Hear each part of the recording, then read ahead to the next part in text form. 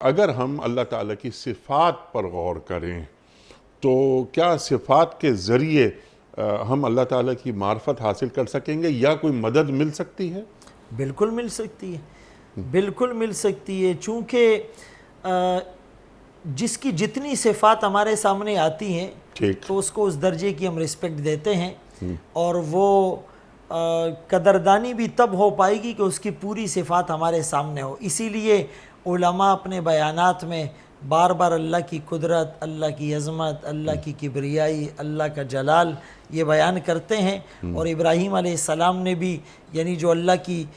حمد بیان کی تھی، شان سبحان ذی الملک والملکوت، سبحان ذی العزت والعظمہ والہیبہ والقدرہ والکبریاء والجبروت، اور پورا قرآن جو اس سے بھرا ہوا ہے، تو جتنی صفات زیادہ ہوگی اس کی سمجھ اور استدراک اور استحضار زیادہ ہوگا، انشاءاللہ اتنی ہی ہم اللہ کی صحیح عبادت کر پائیں گے۔